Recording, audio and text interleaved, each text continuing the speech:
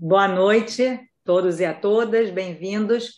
Hoje é a última aula desse primeiro módulo do programa de liderança, do Grupo de Liderança e Networking da FISESP, que é um braço do Grupo ELF, coordenado pela querida Miriam Wasserman. Esse programa está inserido no pilar de aprendizagem e, junto com eventos, fóruns e mentorias, eles norteiam as ações desse grupo. A gente já tem 9 meses de atuação, já realizamos várias palestras, oferecemos cursos de curta e longa duração, temos 6 grupos de fóruns e uma ferramenta de mentoria bastante eficiente. E vamos por mais. A gente tem um grupo de 190 mulheres no WhatsApp para troca de informação, apoio e suporte. O pilar de aprendizado, ele trabalha com esse conceito de lifelong learning, e tem como propósito oferecer os cursos e capacitar as mulheres e ampliar a participação delas na liderança. Ao meu lado, liderando esse pilar, tenho mulheres maravilhosas, amigas queridas, comprometidas, dedicadas e qualificadíssimas: Carla Rosenthal Gil, Adriana Adler, Juliana Kreiser e a Ana Livovski. E quero registrar aqui o meu agradecimento a cada uma de vocês. Estamos hoje aqui muito animadas para a aula de hoje. Ela marca o encerramento desse módulo 1 e vamos fechar com a chave de ouro com a presença dos nossos grandes líderes comunitários e que são inspiração para todas nós. A dinâmica da sessão vai ser a seguinte: cada presidente vai ter uma fala de 15 minutos sobre a sua instituição, desafios e oportunidades na liderança, e depois a Carla Rosenthal Gil, ela vai entrar com a parte de perguntas e respostas e vai fazer a finalização. E, bom, queremos agradecer aqui a cada um de vocês, líderes, pela disponibilidade, por abrir um espaço na agenda, que a gente sabe que é lotada de compromisso, para falar para as nossas mulheres e a nossa audiência. Cláudio Lotenberg, Luiz Kignel, Sidney Klasner, Denise Antão e Miriam Wasserman. Nosso muito obrigada, uma seleção de líderes. O Cláudio entrou agora? Não, entrou nesse meio tempo? Entrou, Cláudio está aí, está nos ouvindo. Cláudio entrou. Então, vamos começar com o Cláudio Lotenberg, bem-vindo. Juro, realmente você é um exemplo de estar aqui com a gente hoje. Presidente da CONIB, que é a Confederação Israelita Brasileira, presidente do Conselho Deliberativo da Sociedade Beneficente Israelita Brasileira Albert Einstein e do Instituto Coalizão Saúde, graduação, mestrado e doutorado pela Escola Paulista de Medicina da Universidade Federal de São Paulo, fez residência médica pelo Conselho Brasileiro de Oftalmologia e aperfeiçoamento em emergências oftalmológicas pelo Manhattan Eye, Ear and Throat, é visiting professor da Universidade de Harvard, professor titular de políticas públicas de saúde do curso do MBA em saúde do Hospital Israelita Albert Einstein, membro da Academia de Medicina de São Paulo. Foi presidente da United Health Group Brasil, presidente do LEAD Saúde, vice-chairman dos líderes empresariais LEAD. Integra o Conselho Municipal de Saúde desde 2015, é presidente do Conselho Superior de Saúde do Estado de São Paulo, membro do Conselho da Secretaria do Desenvolvimento Econômico e Social do Estado de São Paulo, presidiu a Confederação Israelita do Brasil, foi vice-presidente do Congresso Mundial Judaico, atualmente assessor especial do presidente do Congresso Mundial Judaico América Latina, e é o atual presidente da CONIB, nossa instituição guarda-chuva máxima do Brasil. Cláudio, querido, que currículo, que inspiração. Posso dizer que você é o carisma em forma de gente, não tem quem não te admire. O palco está com você.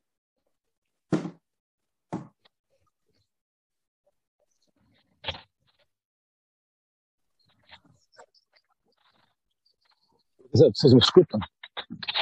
Consegue me escutar? Sim, sim.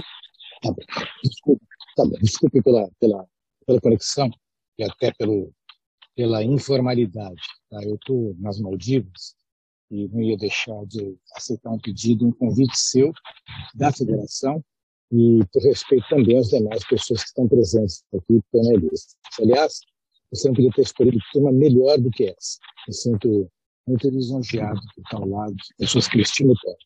Todo mundo sabe do meu respeito pelo Deskigna, presidente da federação, aliás, um grande presidente da federação. Todo mundo conhece meu respeito pela Denise, que é minha amiga pessoal, desde jovem. Ela que dirige uma das organizações mais importantes da assistência social do nosso país. E falar do Sidney Kleiner é falar da minha vida. Aliás, uma vida que tenho muito orgulho. E ele é um orgulho também. Portanto, muito obrigado.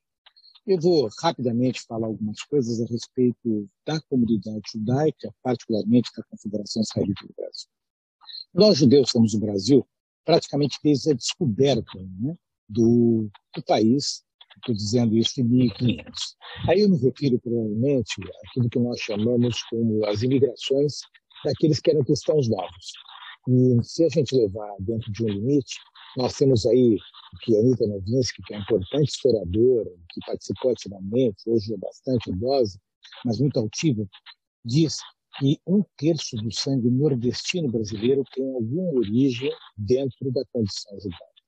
Posteriormente, algumas correntes migratórias, particularmente no final do século retrasado, posteriormente, um pouco antes do período pré-guerra e, posteriormente, aí sim, no período pós-guerra. Podemos também falar alguma coisa a respeito das migrações da comunidade, eu diria mais sefaradi, principalmente dos países árabes, a partir da década de 60. O fato é que, durante todos esses anos, nós fomos muito bem recebidos no país. Tivemos aqui todas as condições para poder viver e sobreviver. Podemos até questionar alguns aspectos dentro desse contexto. Reclamar, e sim, legitimamente, do Brasil da época do período Vargas, que, muito embora nós até tivéssemos as condições e tivesse sido permitido para que os judeus viessem ao Brasil, nós sabemos que o período Vargas não era um período simpático à causa judaica, e pelo contrário, ele era muito mais próximo, não chegava a ser um aliado das forças do nazismo, mas muito próximo, eu diria, com simpatia o que lá estava acontecendo, lembrando sempre que o próprio Vargas também era um ditador. Dentro dessa perspectiva, é verdade que quando surge o Estado judeu, o Brasil chegou a apoiar, mas todo esse apoio, gente, é bom que a gente saiba que nasceu de um processo de pressão feito pela comunidade judaica, através de algumas pessoas que eram muito influentes, e particularmente a comunidade judaica do Rio de Janeiro, lembrando que o poder federal era no Rio de Janeiro,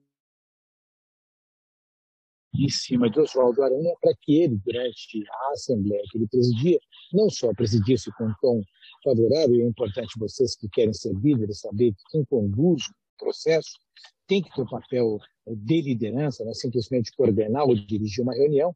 Quando a gente tem alguém que é simpático a essa causa, lógico, não só ele ajudou, mas acabou votando no nome do Brasil. É bom que vocês saibam que no dia seguinte ele teve um cenário um pouco saboroso nas relações com os demais diplomatas brasileiros, particularmente com o Itamaraty. Mas o fato é que o Brasil votou a favor.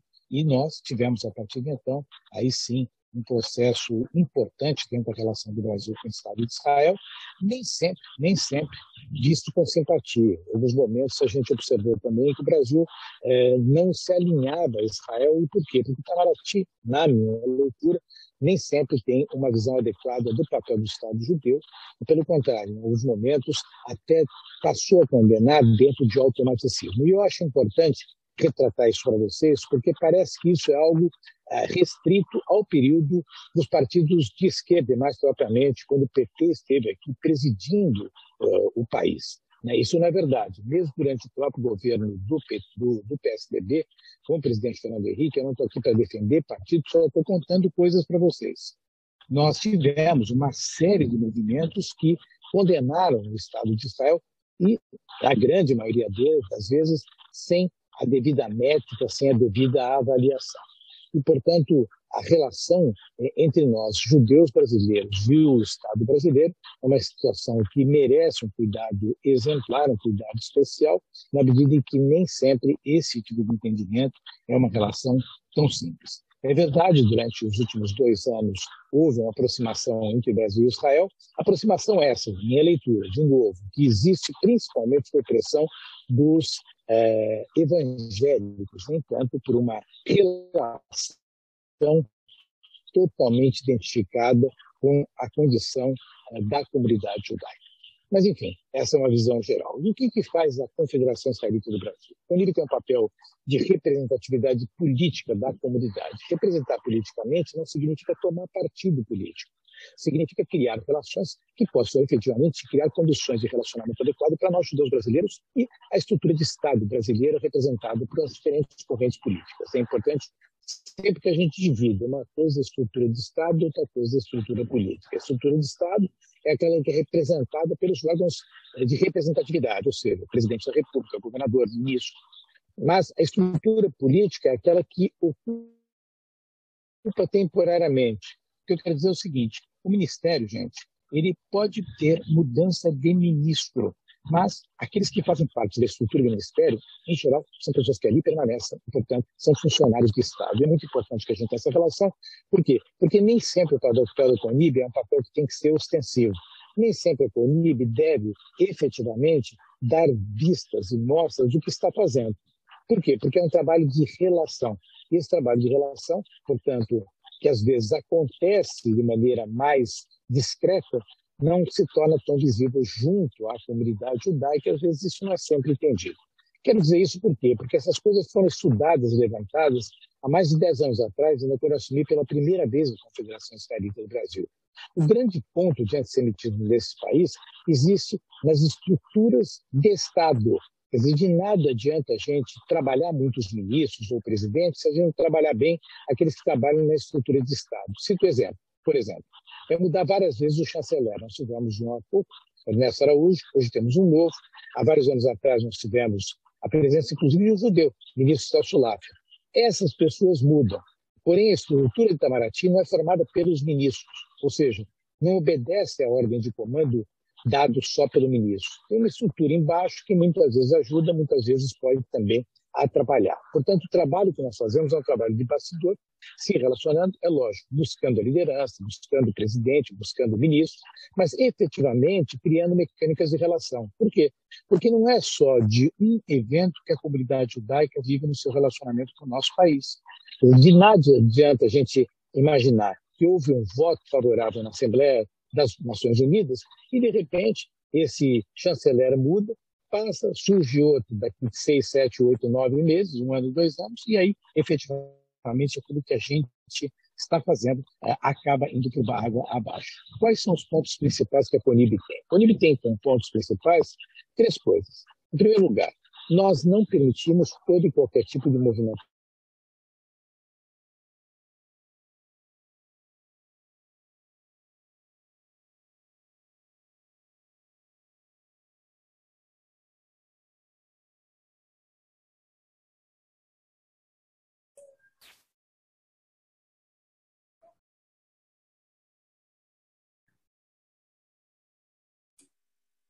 Caiu, né? Mas ele pode voltar sem vídeo, só o som, para facilitar a transmissão. Ele já deve estar voltando. É.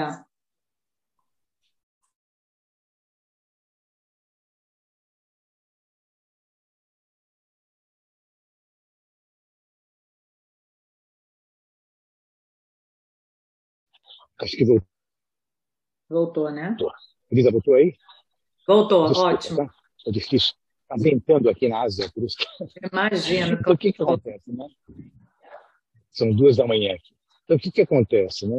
Quando eu estava falando para vocês a respeito da deslegitimização do Estado de Israel, né?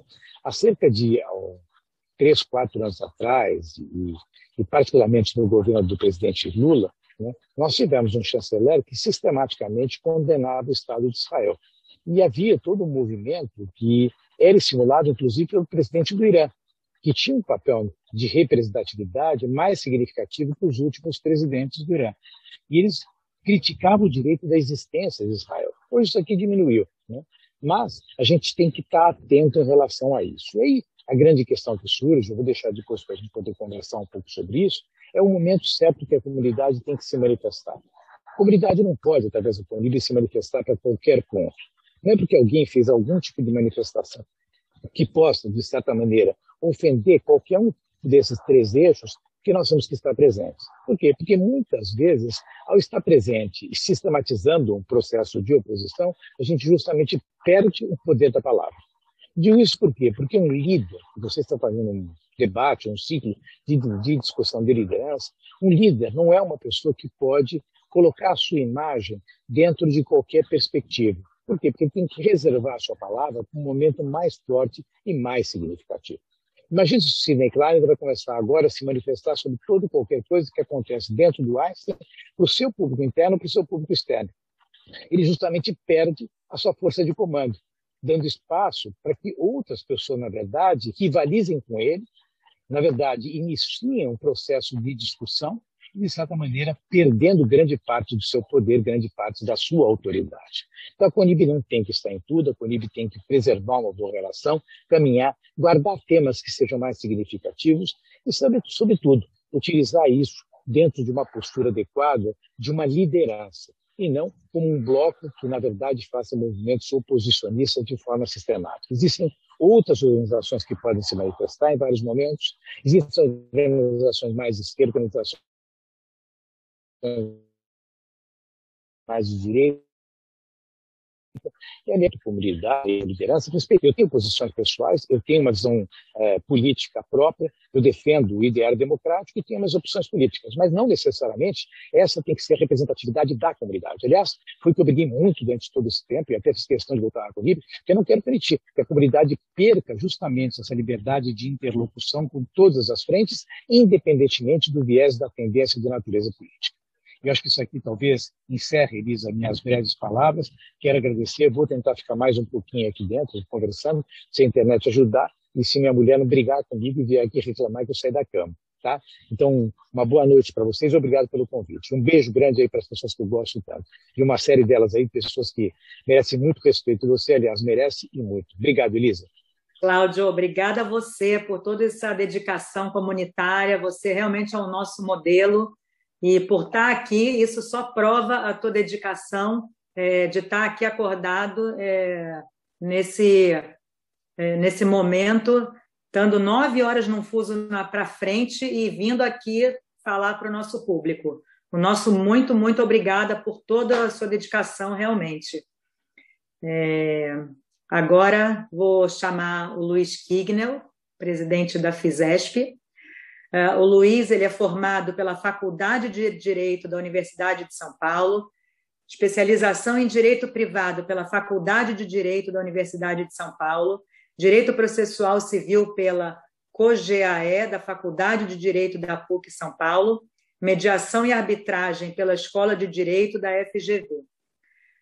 Advogado na área do Direito de Família e Sucessões Imobiliário, sócio do escritório Pompeu Longo e Kignel Advogados, professor convidado do curso de Empresas Familiares da FGV, São Paulo, membro do Grupo de Estudos de Empresas Familiares da GVLO, membro associado do Instituto Brasileiro de Direito de Família e da Associação de Direito de Família e das Sucessões, coautor dos livros Os Negócios e o Direito, Sobrevivência Legal no Brasil, Patrimônio e Sucessão, Defendendo os Herdeiros e os Negócios, Planejamento Sucessório, Aspectos Familiares, Societários e Tributários, e Deus Criou a Empresa Familiar, uma visão contemporânea em empresas familiares, governança corporativa, governança familiar, governança jurídica.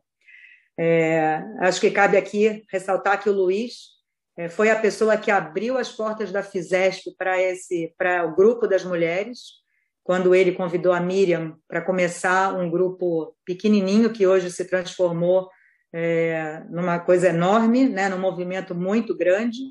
Então, Luiz, você realmente é uma inspiração, nosso chefe querido. A bola está com você. Legal, Elisa. Obrigado, meninas. Aí vamos estar também com o Cláudio, com o Sidney, com vocês aqui nesse bate-papo. E a ideia era a gente contar um pouquinho aí dos nossos desafios comunitários, né? Eu, na comunidade, passei por todos os cargos da Federação Israelita, né? Entrei desde diretor adjunto, diretor vogal, tudo, por exemplo, todos os cargos. E nesse meu tempo passei também por outras entidades, no no CIAN, Colégio Bialik, na própria Hebraica, Chabad, né? Unibis, que foi, aliás, o primeiro trabalho comunitário foi na Unibis, né? Quando eu abri o escritório, né, com 22 anos, quem era eu, né? Então, a Anita Schwartz me mandou 2 despejos, né? Eu fiquei todo feliz que eu podia abrir o arquivo. Então, meu cliente número 1 foi a Unibis, né? Óbvio que era pro bono, mas eu estava tão feliz de poder ter uma pasta aberta, né? Que já me deixou super realizado. Então, e fiquei muitos anos como diretor jurídico da Unibis, atendendo as senhoras e os senhores de lá, da terceira idade, que aí descobriram meu telefone, não tinha celular, né? Foi década de 80, então ele já passava no meu telefone, então liga para ele direto, não passava pelas assistentes sociais, era uma bagunça gostosa, mas foi anos de muito aprendizado. E na federação, quando você vê como é uma história antiga, né? Quando o Boris Baer terminou o mandato, foi passar para o Mário Fleck, né? O Mário Fleck queria que eu assumisse a presidência e ele fosse o meu vice. E eu falei que não queria, que não estava na minha pretensão assumir a federação. Então o Mário entrou de presidente e eu entrei de secretário-geral. E no segundo mandato do Mário Fleck, ele queria que eu fosse vice. Como eu não queria assumir a presidência, eu saí da federação. Na primeira vez, depois de 30 anos, porque eu não queria assumir a presidência. Eu saí da federação. Fiquei 2 anos fora, porque eu não queria assumir. E quando o Bruno Laskowski voltou, me chamaram. E o Boris Baer disse assim, para de se esconder, né? Então, não adianta você se esconder, não adianta. Então, se bobeou que você saiu, vai ter que voltar. E aí eu voltei como vice-presidente, que era para ficar por 4 anos, que era o mandato do Bruno, e eu assumiria só 4 anos depois.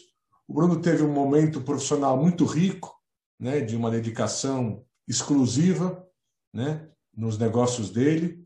Ele é um grande consultor, a gente sabe disso. Aí, quando terminou o primeiro mandato, ele sentiu que não conseguia abraçar, né, um pé em cada canoa, e teve que dar preferência à vida profissional, e aí eu antecipei a minha vinda à presidência. E a pergunta é, que já estou na nossa reta final, no nosso 4º ano, né? Que comunidade que a gente tem? O que é essa comunidade? Né? Quem somos, comunidade paulista? Né?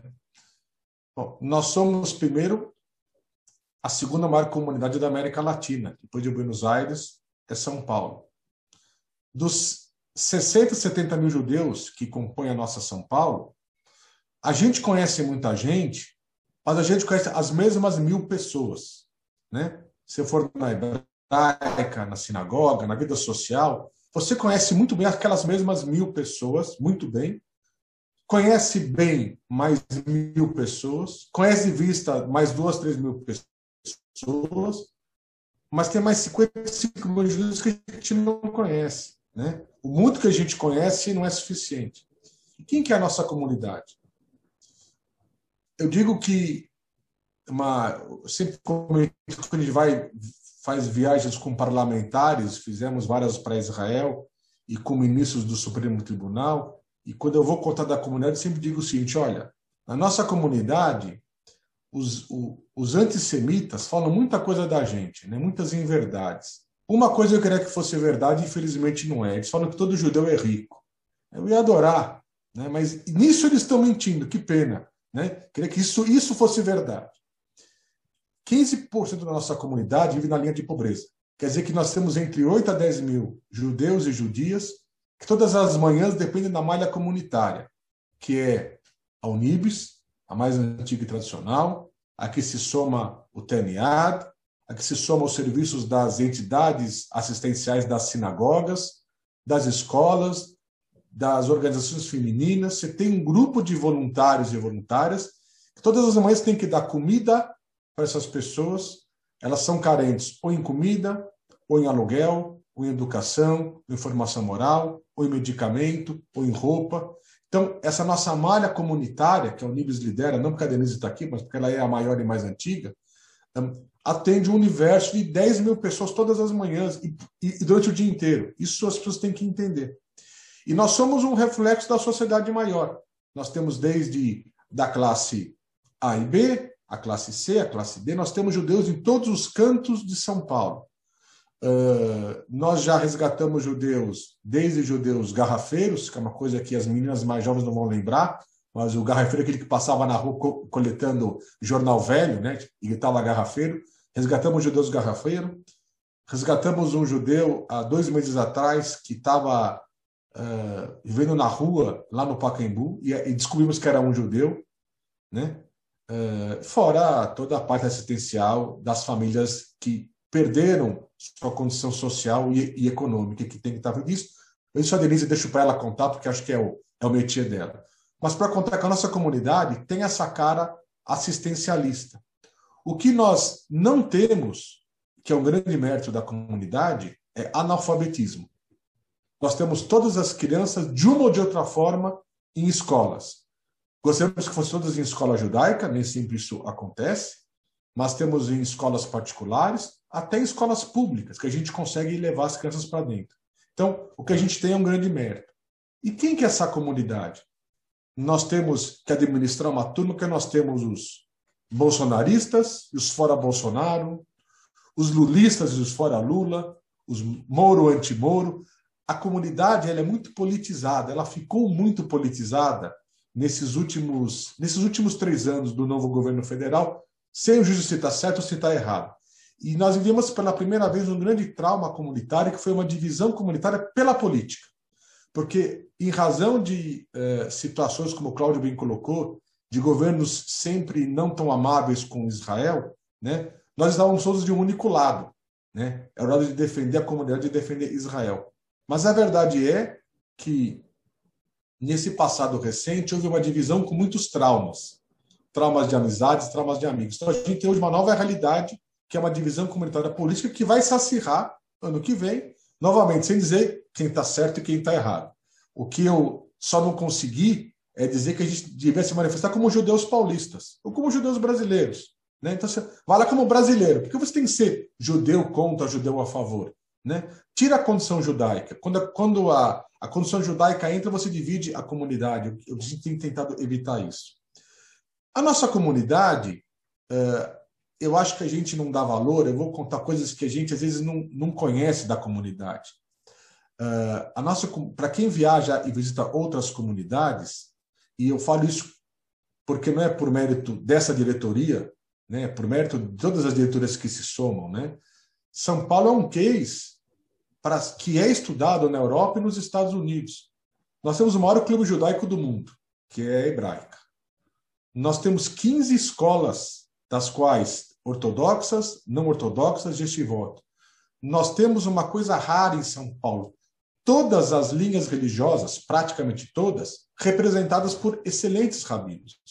Você tem os rabinos ortodoxos, aí se divide entre os rabinos ortodoxos Ashkenazi e Sfaradi, você tem os conservadores, você tem Massorti, você tem reformistas, você tem tudo o que você quiser.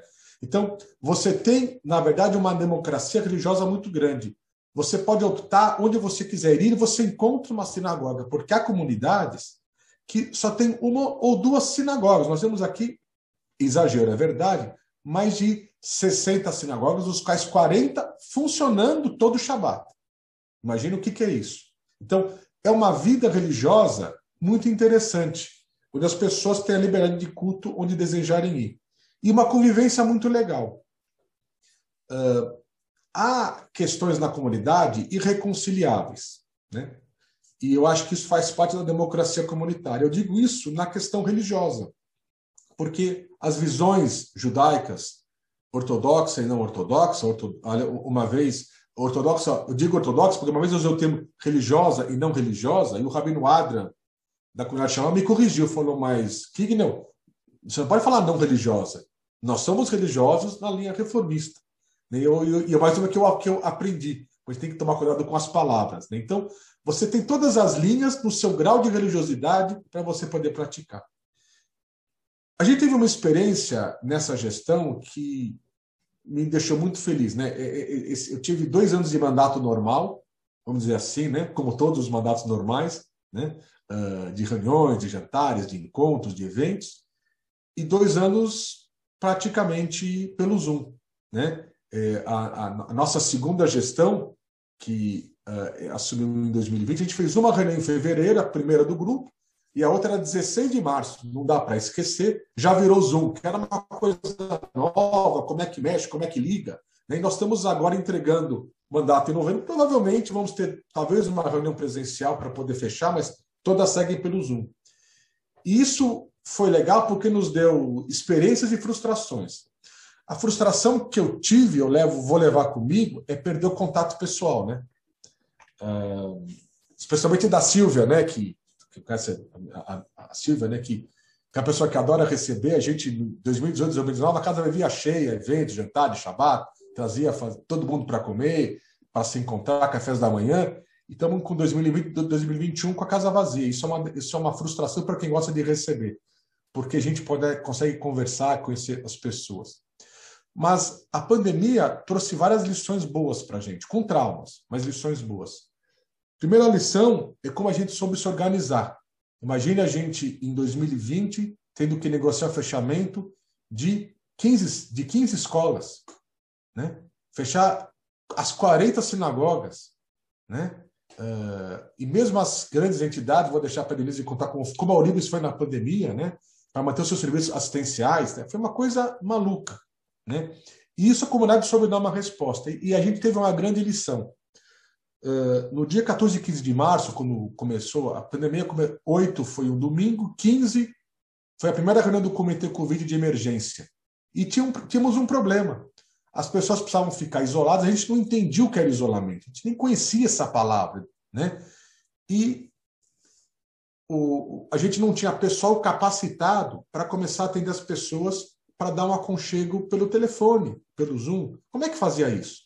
Bom, a gente tinha o Or Avraham do Rabino Shep Pasternak, Rabino de longas barbas, ortodoxo, né, que tem um atendimento do grupo Shema, mas que tinha lá 15, 20 atendentes. Ele não conseguia atender mais do que isso. Ele estava disposto a ajudar, falou, não consigo capacitar pessoas. E a gente tinha, do outro lado, uma entidade que eles nunca tinham conversado, que era a Comunidade Shalom, que tinha dentro da Comunidade Shalom pessoas especializadas na capacitação de situações de crise. A gente fez um casamento inusitado. A gente sentou as mulheres da Shalom com o Rabino Shep Pasternak, do que tinham se visto. Nem sabiam um que existia o outro. E fizeram um trabalho por um ano, conjunto de parceria, atendendo a comunidade. Você pode imaginar o que é uma comunidade? A Miriam vai sempre me corrigir, porque eu me atrapalho com os conceitos, né? Se liberal ou se reformista, a Miriam depois me ajuda, que é aqui a Shalom, junto com o rabino ultra-ortodoxo, né? E fizeram uma parceria durante um ano de trabalho conjunto. Por quê? Porque havia uma causa maior que era a questão da nossa comunidade judaica. Então, acho que nós tivemos grandes lições da comunidade judaica nesse meio tempo. O que eu aprendi nesses meus 4 anos à frente, aí para encerrar minha fala, do que eu aprendi de lição dessas 2 gestões tão atípicas? Primeiro, né, nós podemos divergir, nós não podemos confrontar. E a gente tem que aprender a conviver com as divergências, né? Liderar uma comunidade múltipla como a nossa, com linhas religiosas distintas que merecem respeito, com pessoas que pensam de maneira completamente diferente, com valores diversos, é muito difícil. Então, acho que a primeira função nossa, de todo mundo que vai ocupar, liderança comunitária, e a liderança não é só na presidência, né? Eu digo liderança, eu não quero ter seguidores, eu quero ter líderes na minha diretoria. Por isso que a gente estimulou tanto que cada um tivesse caminho próprio. As meninas que trabalham comigo, né, a Elisa, eu sempre dizia, né, só me liga se der errado. Não me liga para pedir autorização. Vai e faz. Se der certo, a gente bate. Se der errado, você me liga. Aí eu vou ver como é que eu resolvo. O problema é meu se der errado. O problema é seu se der certo. Isso é liderança. É deixar a turma fazer e acontecer. Então, a gente não exerce liderança na presidência. Para a gente exercer liderança, a gente tem que se colocar no lugar do outro, né? Especialmente com os diferentes, não só com os divergentes. As pessoas têm o direito de ser diferentes. E aí vem o nosso grande carinho pelo grupo Rinene, que a gente trouxe o primeiro grupo LGBT dentro da comunidade judaica de São Paulo. Que é o que eu tenho o maior orgulho, o maior prazer de conviver com esse pessoal. O que eu aprendi com essa turma, né? Ou seja, quando eu tive a primeira conversa com eles, foi na nossa ACEFA, com o Ricardo Levitsky. Ele queria me propor criar uma entidade, né, LGBT na comunidade. Eu falei, não quero. Ele se assustou, eu falei, não quero. Eu quero vocês dentro da federação. Por que uma entidade LGBT? Para de novo segregar? Não. Vocês vão abrir um grupo da federação com o logo da federação, com a marca da federação, e vão em todas as entidades, para vocês dizerem, nós que somos iguais, queremos ter o nosso espaço. Né? A igualdade tem diferenças, então eu tenho um carinho enorme por esse grupo, e foi uma grande inovação trazer o grupo LGBT. O próprio grupo Elfer, né, que a Miriam tocou, depois se somou Elisa, tem a Ruth, né, e vocês que somam esse grupo inteiro, a gente fez história na comunidade judaica. Né? Falar sobre violência doméstica foi uma coisa que a gente fez história. Eu recebi ligações de gente de fora que comentaram de pessoas que foram em sinagogas e viram aquela placa, né? Se você sofreu, denuncie, ou no Clube Hebraica. Impressionadíssimas, como é que a gente conseguiu? Como é que você conseguiu? Eu falei, é fácil. A gente não perguntou, deu liberdade e elas fizeram. Né? Se a gente fosse pedir para formar uma comissão para discutir o tema da inclusão, para discutir o tema da violência doméstica, para discutir a temática, a gente ia formar uma comissão e a gente ia ficar debatendo e não ia sair. Então a gente fez, pôs a cara para bater, e isso hoje é uma realidade. Então a gente tem muito que se orgulhar com a nossa comunidade. Nossos desafios é nos mantermos unidos em tempos de tantas divergências. E isso não vai ser fácil, especialmente no próximo ano. Né? E eu estou feliz para terminar minha fala como as mulheres estão ocupando esse espaço, porque a gente precisa capacitar a liderança feminina para começar a ter cada vez mais nas diretorias, nas presidências, com tempo, né? Porque eu também falo para Miriam, para Elisa, falo para Ruth, né? Quer dizer, a condição feminina não é a posição feminina não é passaporte para ocupar a presidência, mas é espaço, tem que ser conquistado. E está sendo super conquistado.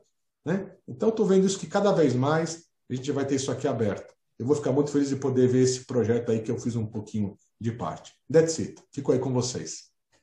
Obrigada, Luiz. Você realmente é maravilhoso, juro. Trabalhar com você é uma honra, né, Miriam?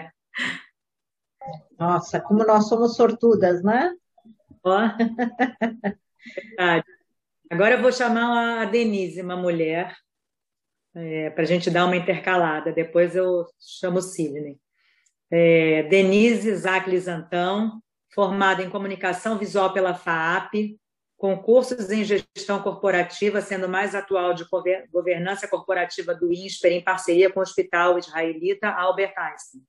É presidente da Unibes desde 2018, agora na segunda gestão. É conselheira do Hospital Israelita Brasileiro Albert Einstein, conselheira do Amigo H, conselheira da Congregação Israelita Paulista e da Federação Israelita do Estado de São Paulo. Foi presidente da Associação de Pais e Mestres da Escola Britânica de São Paulo, com foco no Comitê Social Beneficente. Empresária, diretora-presidente da Rent One, da área de comunicação, vendeu sua empresa após 30 anos de atuação para se dedicar profundamente ao seu trabalho no terceiro setor. Está na Unibes já há 15 anos, tendo trabalhado na gestão de 2 presidentes antes de assumir a presidência. Odê, você esqueceu de escrever aqui que agora você faz parte do Comitê de Responsabilidade Social do Einstein também, né? Não é que eu esqueci, é que isso é mais novidade, eu ainda não atualizei a minha mini bio. É isso, exatamente, você não atualizou. Bem-vinda, a gente quer ouvir um pouquinho da sua experiência. Minha amiga querida. Eu queria agradecer esse convite, fico honrada, e falar depois do Cláudio e do Luiz é uma baita responsabilidade, mas eu tenho que, em primeiro lugar, agradecer esses dois, que eu aprendi muito com eles. E eu acho que o segredo da liderança é isso, você ter humildade para você aprender todo dia. E nós tivemos sorte de trabalhar com um grupo muito bom, né, Luiz? Um grupo de... Teve o Daniel Bialski na Hebraica, nós muito unidos, com troca, sem vaidade. E uma coisa que o Luiz fala, e que eu vou voltar depois, é isso de você não ser a única na sua instituição. Eu acho que o segredo é você compartilhar essa liderança. Eu acho que é o segredo principal que eu vou estar falando de um bom líder. Mas eu vou contar um pouco que eu não sei se todos... com as Maldivas às vezes cai, né, Elisa?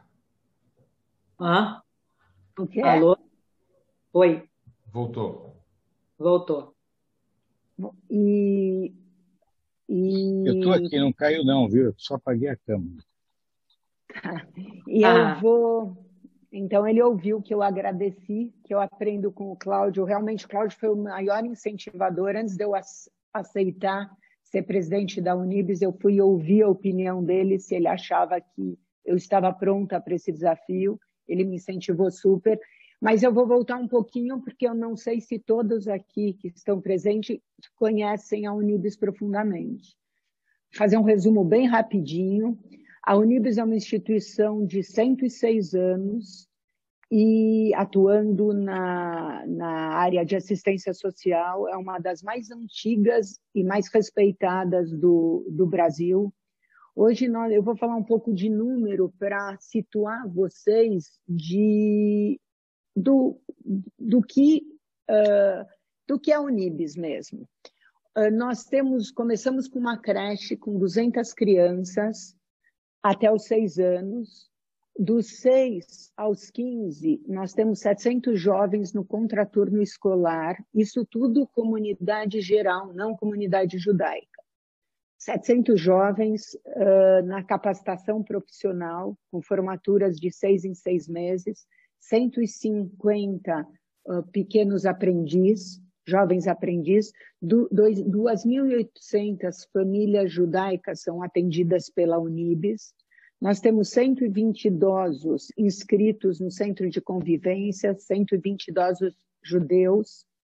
Atendemos, através da Claims, que nós somos os representantes do Brasil, 230 sobreviventes do Holocausto.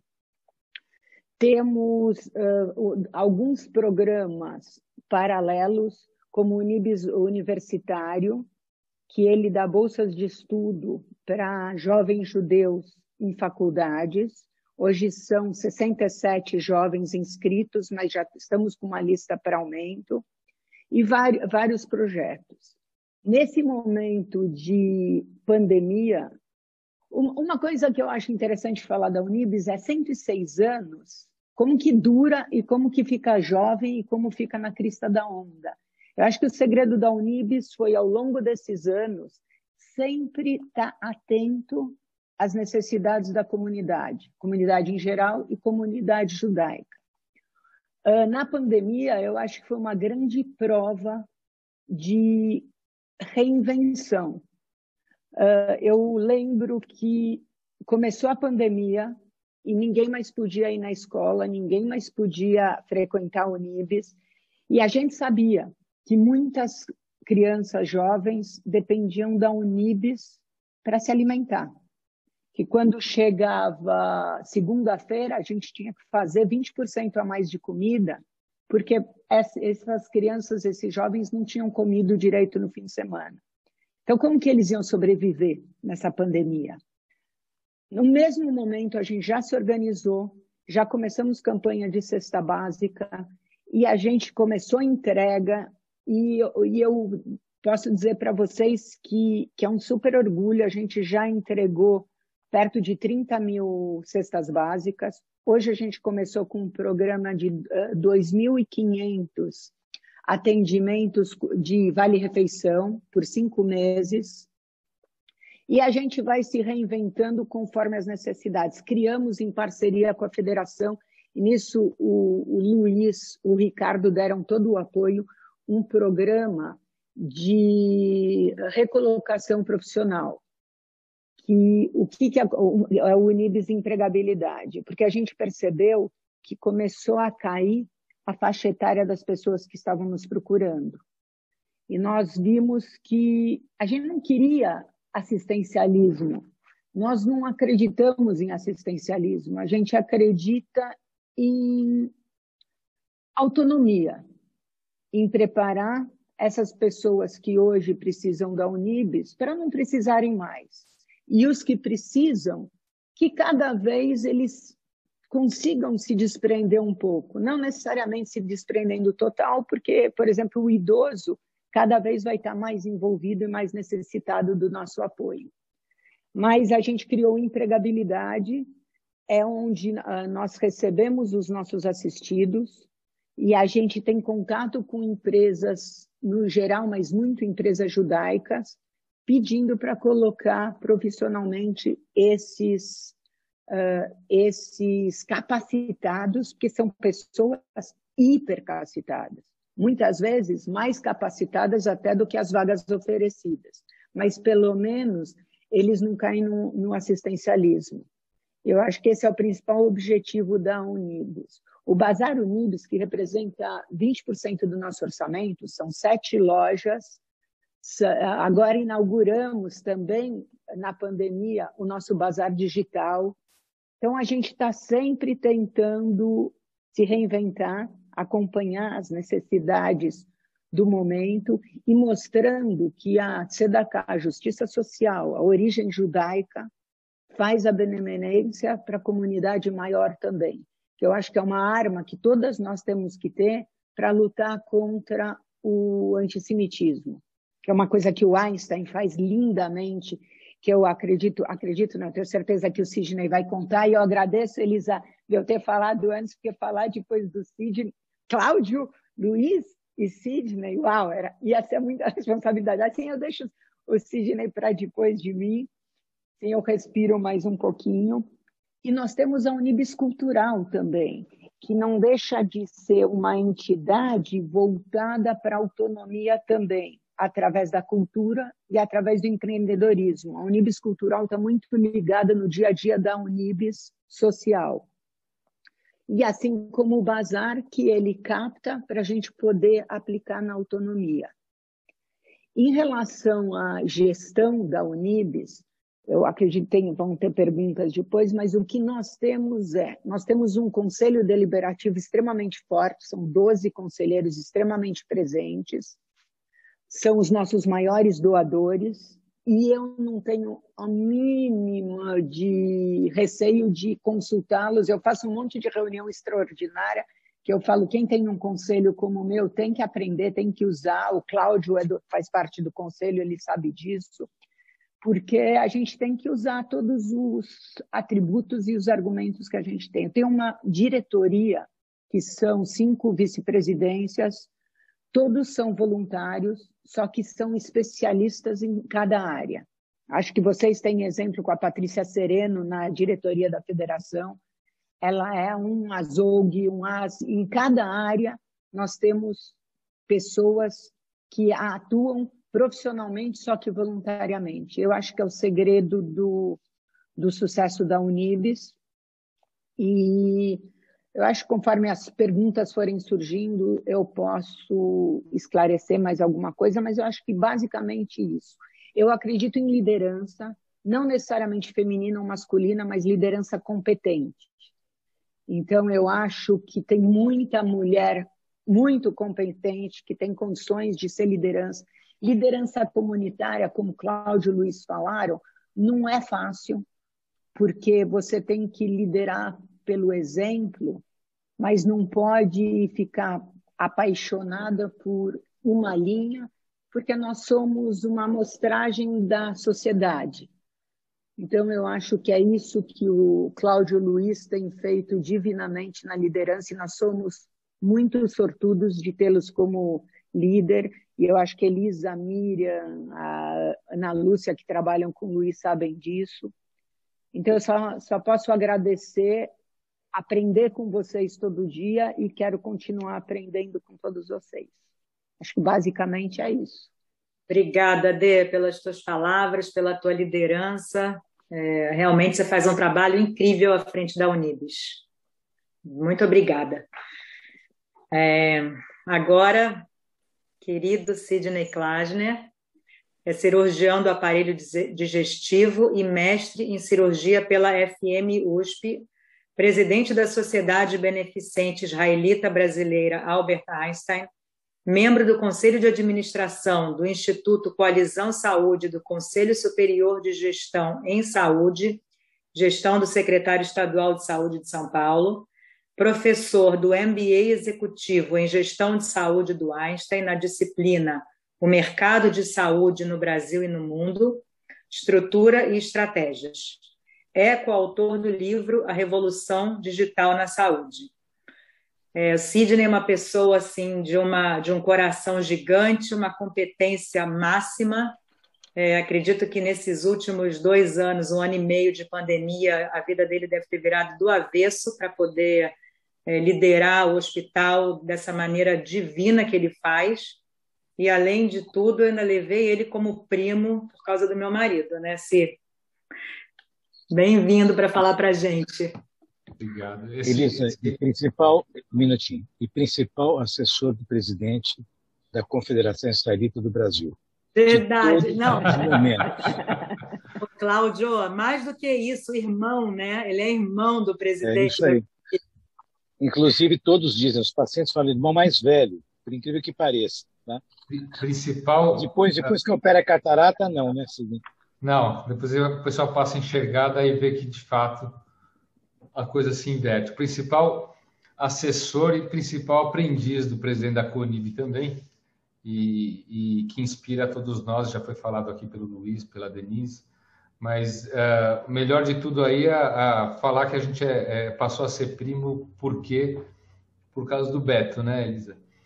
Mas falar um pouquinho do Einstein, eu acho que todos vocês veem o Einstein de uma maneira talvez diferente, e não pelo lado da liderança, como que isso aconteceu ao longo do tempo. E talvez dentre as entidades judaicas, o Einstein representa uma entidade que é judaica e assim continuará sendo, no que depender do legado que eu pretendo deixar, assim como aquele legado que eu recebi. Porém, é uma entidade que tem uma representatividade num setor peculiar e fundamental, que é o setor da saúde. Elisa falou bem, eu tenho uma formação como médico, um médico que sempre sonhou em trabalhar no melhor hospital, e nada melhor para quem se forma como médico de querer trabalhar no hospital da sua comunidade, que também é o melhor hospital e que assim se constituía na época em que eu me formei.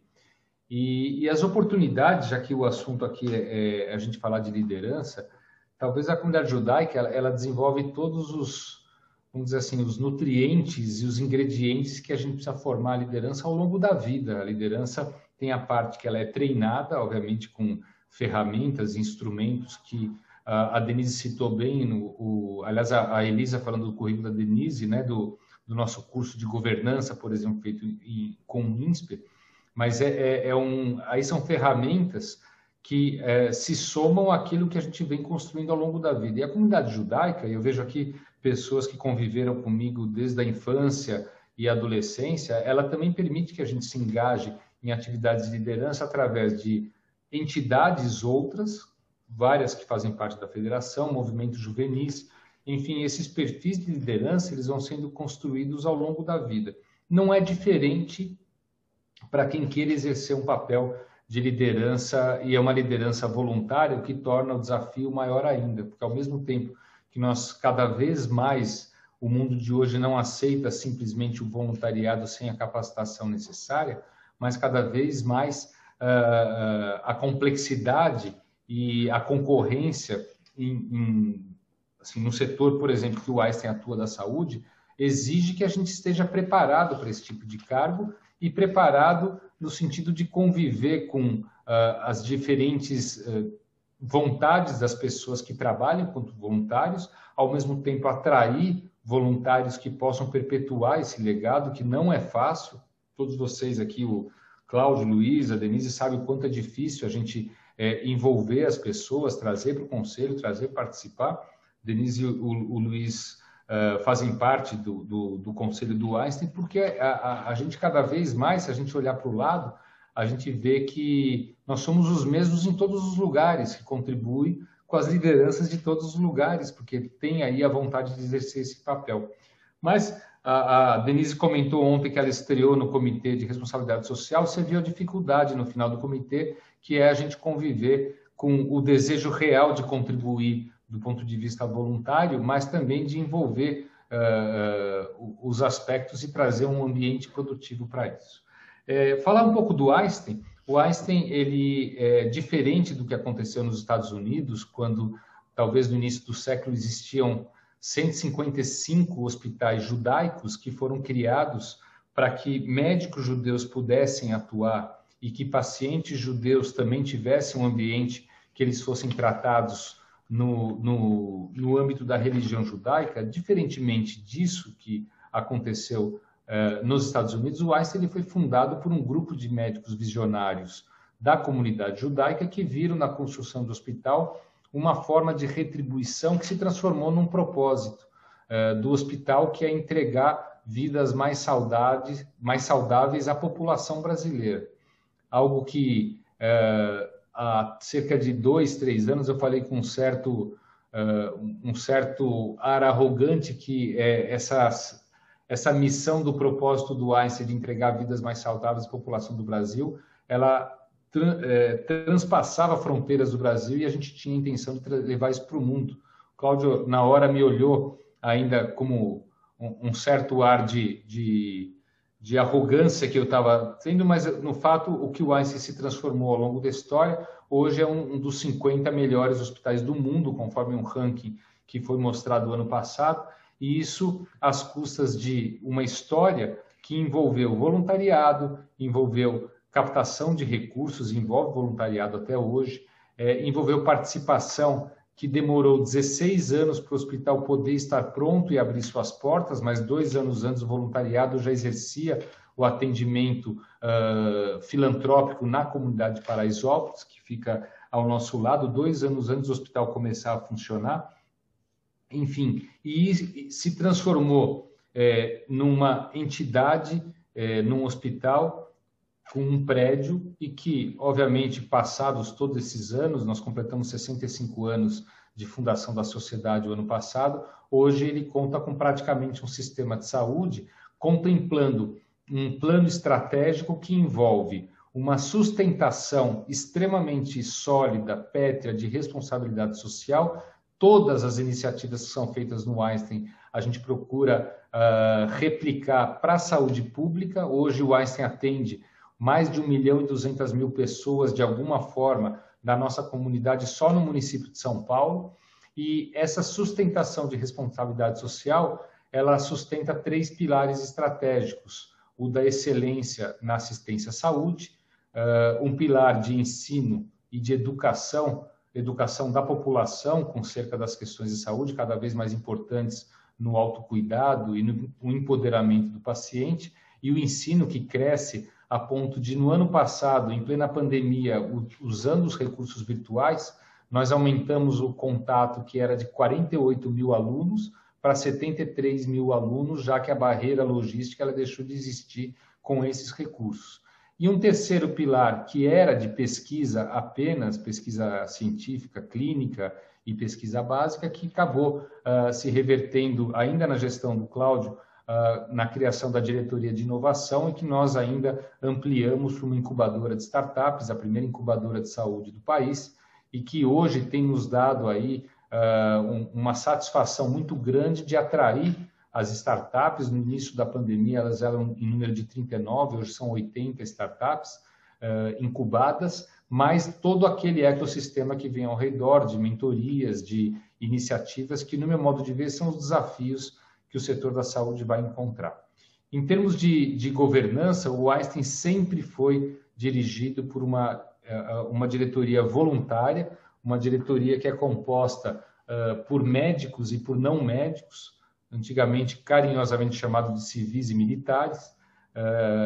Daqui, a gente vê aqui pessoas que participaram muito da fundação. Estou vendo a Vivi e a Adriana, o pai delas participou demais do início desse modelo, junto com o Cláudio, de profissionalização dessa diretoria, e cada vez mais a gente trouxe do mercado pessoas do operacional de extremo valor na sua capacidade. E a diretoria do Einstein, eu como presidente, a mesa diretora do conselho, que tem o Cláudio como presidente, nós temos um papel estratégico, um papel de perpetuidade da organização, daquilo que o Einstein vai empreender e como vai empreender, e nós temos um braço operacional capaz de entregar os resultados que nós queremos. Um CEO extremamente dedicado, de muita experiência, que completa mais de 15 anos dentro da organização e que traz profissionais do mercado.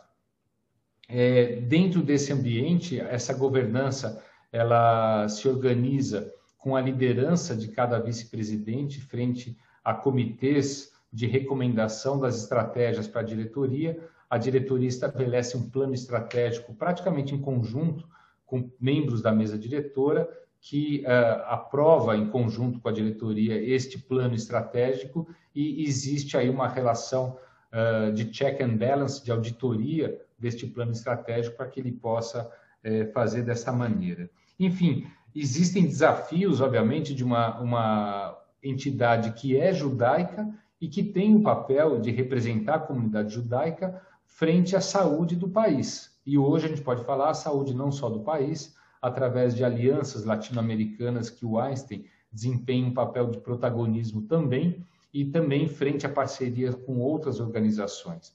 Quer dizer, se a gente representa a comunidade judaica, talvez seja uma das principais entidades judaicas a representar a comunidade judaica para fora da comunidade judaica, porque cuida de uma área cada vez mais demandada, com desafios de trazer sistemas de saúde mais sustentáveis, sistemas de saúde que aumentem a acessibilidade, que tragam melhores diagnósticos, que sejam acessíveis a melhor qualidade, a melhor desfechos, e independente do tipo de paciente que lá frequenta, independente, falou-se muito aqui de inclusão, né, Luiz? Nós temos toda uma estratégia de inclusão dentro da nossa sociedade. A gente quer ter aqui o ambiente mais diverso possível, porque isso faz bem. Dentro da nossa faculdade, a gente tem hoje 70% de alunas do gênero feminino, assim como 70% dos 15 mil colaboradores também são mulheres. E o que a gente acabou fazendo no meu mandato, quer dizer, eu estou no 5º ano de mandato, foi cada vez mais tornar a diretoria executiva com a presença do sexo feminino. Hoje, 50% do nosso comitê executivo é formado por mulheres. A primeira mulher que dirigiu operações de um hospital do tamanho do Einstein e é uma enfermeira aconteceu no Einstein, assim como a nossa CFO é uma mulher, assim como nossa diretora jurídica, diretora de compliance, diretora de consultoria, diretora de comunicação, a recém-criada diretoria executiva de comunicação. Então, existe um ambiente cada vez mais que traz a inclusão, a diversidade, LGBT,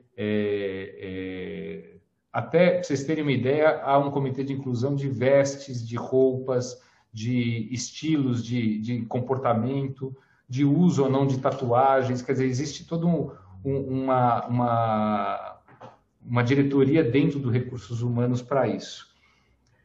Eu entendo que dentro dos desafios que uma entidade como a nossa existe, nós estamos neste momento agora, eu discutia há pouco tempo com o próprio Cláudio, acerca de cada vez uma atualização, ou pelo menos upgrades no sentido da governança, porque vocês imaginem que ao trazer voluntários que participem da governança, as decisões elas acabam gerando alçadas cada vez mais preocupadas com a segurança da organização, uma organização que fatura mais de 3 bi por ano, e essa segurança acaba atravancando um pouco a nossa capacidade de decisão rápida, e tomada de decisão rápida no setor da saúde, ele passa a ser fundamental. Nós estamos, neste momento, iniciando uma auditoria, uma consultoria para que os níveis de alçadas e processos decisórios aconteçam de uma maneira melhor do que é hoje. E isso também traz a participação de um colegiado que é formado por uma sociedade que conta com quase 800 sócios, que elege um conselho que tem 180 membros, que tem uma mesa representativa com um presidente e 8 membros, e que tem uma diretoria que cuida das questões do dia a dia dentro do hospital, formado por um presidente, que é o cargo que eu tenho hoje, e 8 vice-presidentes. E dentro desses colegiados, aliás, esqueci de falar, o Einstein ele tem um selo do Women on Board, que é uma entidade que dentro da mesa diretora da diretoria conta com 2 mulheres também, que é a Cláudia Politansky e a Cláudia Sender, que eu chamei para a diretoria, e hoje ela entra como assessora, porque o mandato estava em andamento. Mas dentro desse colegiado, todos querem dar o melhor de si, então isso traz o desafio da gente obter a expertise e a experiência de cada um nas suas áreas de atividade, ao mesmo tempo em que você traz aí o desafio de envolver a todos em cada uma das decisões. Para vocês terem uma ideia, os comitês de recomendação à diretoria são comitês de qualidade e assistência que ditam toda a prática assistencial do hospital, comitê de recursos humanos, comitê de finanças, comitê de responsabilidade social, de transformação digital, comitê de empreendedorismo e inovação. Enfim, é uma série de atividades que ocorrem às terças-feiras. Eu chamo que a minha terça-feira é a terça-feira do bumbum achatado, porque a gente senta às 7h30 da manhã e levanta às 14h30, e é um comitê atrás do outro toda terça-feira. Mas eu tenho o privilégio, dentro da minha atividade, de poder exercer um papel de liderança que exige muito, mas ao mesmo tempo me permite fazer da atividade, que é o meu dia a dia, que é atividade médica com consultório. Eu terminei o consultório um pouco antes para estar aqui com vocês, mas poder começar o dia operando no centro cirúrgico, depois passando visita, depois eu vou na UTI, depois tomo um cafezinho com alguém que a gente conhece. Quando chego 8 da manhã, eu já tenho toda a rádio peão informando o que está acontecendo, já passei na UTI, já vi o hospital, e ao mesmo tempo posso exercer esse cargo de liderança estando participando dessa organização, que é diferente do papel de um conselho de administração, que a cada mês ou a cada 2 meses tem uma reunião para isso. E no período da tarde eu volto para o consultório, à noite a gente faz a operação rescaldo dos e-mails, das mensagens, e tem atividades que me deixam muito, muito contente. E aí eu queria só encerrar parabenizando a iniciativa que agora está a cargo da Elisa para coordenar, mas que o Luiz tem incentivado desde o começo. Eu tenho acompanhado o trabalho da mídia e contado também com pessoas aqui do Einstein para isso. Aliás, a primeira iniciativa da mídia foi pedir para eu indicar alguém que pudesse trabalhar junto ao empoderamento feminino, que fosse uma médica autônoma do Einstein. Tem alguém que é a Diana, né, que participou com você. Está conosco, firme e forte, uma excelente indicação. Então, eu queria parabenizar a iniciativa, Luiz, dizer que é um prazer a gente conviver no dia a dia. A Denise, que me conhece de fraldas, ela só não sabia que era eu naquela época, e que a gente tem o prazer de conviver diariamente, de ter parcerias com a Federação, com a CONIB, parcerias com a Unibis. E o Einstein, com tudo isso, ainda tem a participação como uma das entidades que gera receita capaz de ajudar todas as entidades. A gente tem uma participação junto à CONIB, à Federação e à Unibis, e a gente vira e mexe, a gente é acostumado a falar, não, por que o Einstein não é acessível a qualquer membro da comunidade judaica? Obviamente a gente tem toda a obrigação, inclusive a obrigação fiduciária junto ao governo, por ser uma entidade filantrópica que tem os benefícios da isenção fiscal, mas aqui vale a pena a gente falar que o Einstein, por ano, ele dedica à comunidade judaica quase 50 milhões de reais, falando do residencial israelita, o antigo Lar Golda Meir, a participação junto à CONIB, a Federação e à Unibis, e ao programa Einstein na comunidade judaica, que cuida da saúde de mais de 1.000 idosos que são assistidos socialmente pela Unibis também, mas que o Einstein distribui aí um convênio para a internação, mas que cuida da promoção da saúde, da atenção primária desses idosos. Então, essa somatória é a retribuição que sai fora da conta daquilo que a gente faz para a saúde pública, mas ela entra na conta quando nós vemos aqui o Einstein como uma entidade judaica e vai continuar a ser uma entidade judaica. Só para terminar, Elisa, aqueles 155 hospitais americanos judaicos, que a gente conhece alguns nomes, né? Hoje são 5 hospitais judaicos, 150 hospitais, ou eles fundiram, ou foram adquiridos, ou participaram de fusões e, portanto, perderam a característica, a não ser nas entradas em museus onde tem uma doação, alguma coisa assim. Então, o nosso papel e o meu papel, e eu tenho certeza que eu compartilho com essa opinião que o Einstein é uma entidade judaica, continuará tendo seus serviços religiosos, continuará tendo os 4 preceitos judaicos que nortearam e permeiam a cultura organizacional do Einstein, que é mitzvah, refuah, hinur e tzedakah. E isso qualquer funcionário, desde a limpeza até a diretoria contratada, sabe quais são os preceitos judaicos que norteiam a nossa atividade, e assim a gente vai continuar fazendo e passando esse legado. Muito obrigado. Sidney, obrigada. O Einstein é um orgulho para a comunidade judaica, não só de São Paulo, acho que do Brasil e do mundo. Eu faço parte tanto do Conselho quanto do Comitê de Responsabilidade Social, e a cada apresentação e a cada reunião eu saio de lá mais maravilhada pelo trabalho que vocês fazem. Então, assim, parabéns 1000 vezes. Obrigado. Agora, a última, mas não menos importante, né, para fechar a nossa liderança, convido a Miriam Wasserman, é uma líder da comunidade judaica brasileira e internacional e se reveza em 2 grandes cidades, São Paulo e Nova York, menos agora na pandemia, né, Miriam, que você teve que ficar por aqui. Estou chegando lá. Ótimo.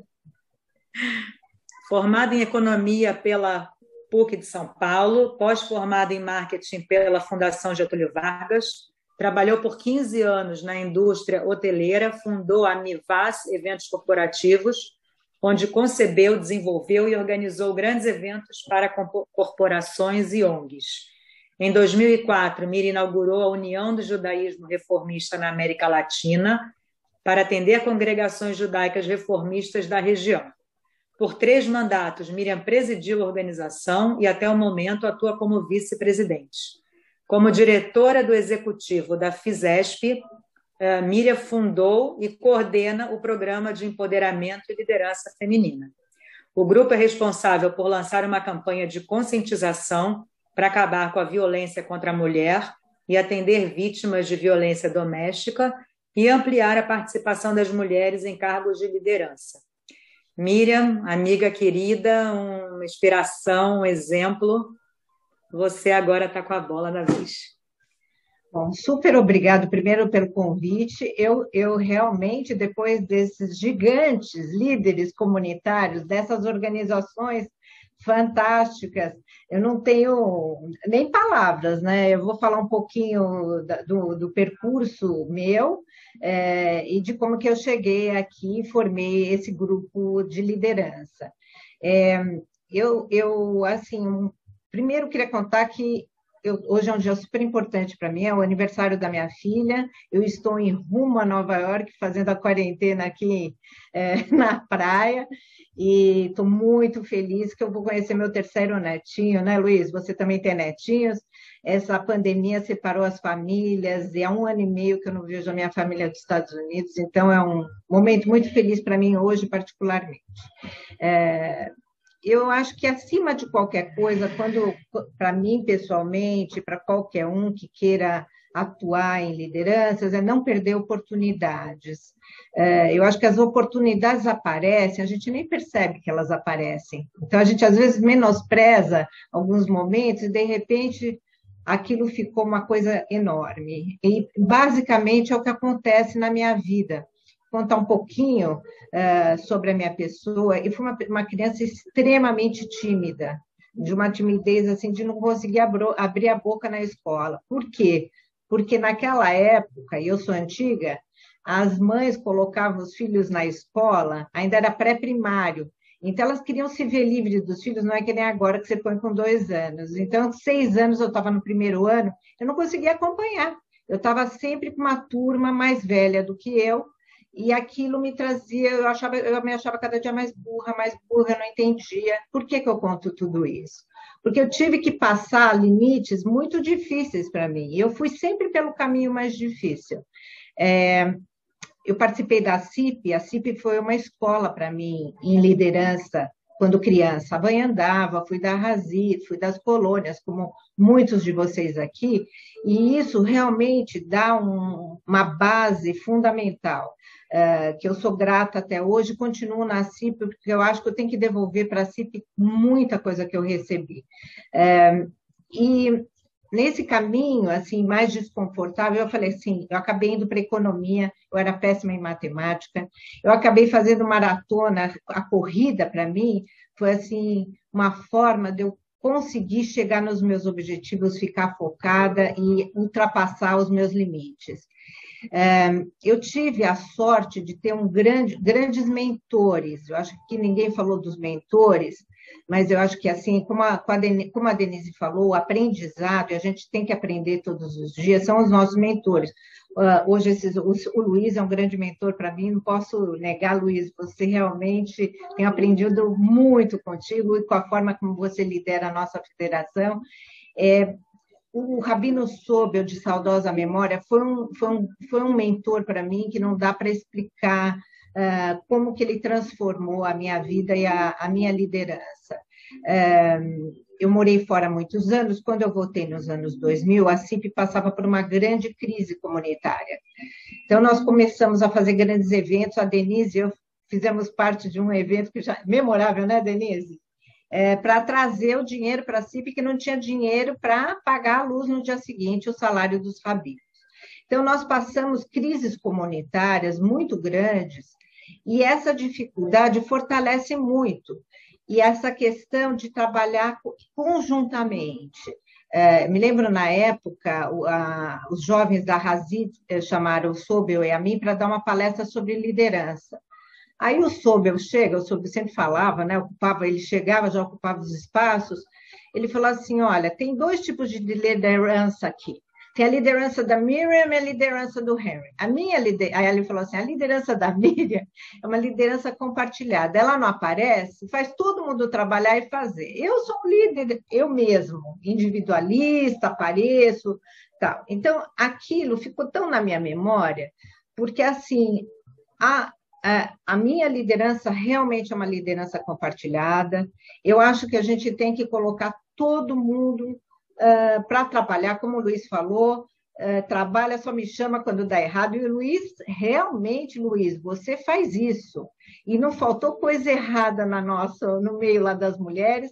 Eu ligo o telefone, mando um WhatsApp para o Luiz, é na hora. Eu nunca vi uma pessoa tão disponível e eu sou eternamente agradecida a você, Luiz, a você, o Ricardo, porque foi fenomenal que vocês abriram esse espaço para as mulheres na comunidade.